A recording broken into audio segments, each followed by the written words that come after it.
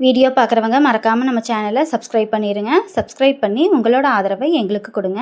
இன்றைக்கி பார்த்தீங்கன்னா மதிய சாப்பாட்டுக்கு கேரட் பீன்ஸ் போட்டு சாப்பாடு தாங்க கிளறி இருந்தேன். இந்த சாப்பாடு செய்கிறதுக்கு ஃபஸ்ட்டு ஒரு கடாயில் கொஞ்சமாக நெய் எண்ணெய் ரெண்டும் சேர்த்துட்டு கடுகு பொரிஞ்சதுக்கப்புறம் கட் பண்ணி வச்சுருக்கிற பெரிய வெங்காயம் பூண்டு பல் இதையும் சேர்த்து நல்லா வணக்கிடணுங்க.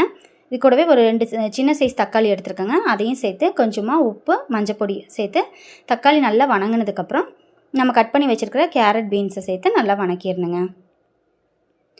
இந்த காய் பார்த்திங்கன்னா நல்லா எண்ணெயிலேயே வணங்கிடணுங்க.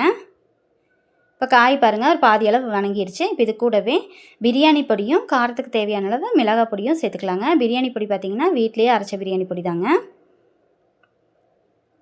இப்போ ஒரு 5 நிமிஷம் மட்டும் மூடி போட்டு வச்சோம்னா காய் பார்த்திங்கன்னா நல்லா எண்ணெயிலேயே வணங்கி வந்துடுங்க. இப்போ ஆறின சாப்பாட்டை இது கூடவே போட்டு நம்ம நல்லா சாப்பாடு கிளறிக்கலாங்க.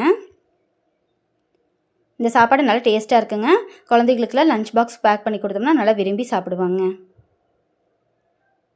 இந்த வீடியோ உங்களுக்கு பிடிச்சிருந்தா மறக்காமல் வீடியோக்கு ஒரு லைக் பண்ணி நம்ம சேனலை சப்ஸ்கிரைபும் பண்ணிடுங்க.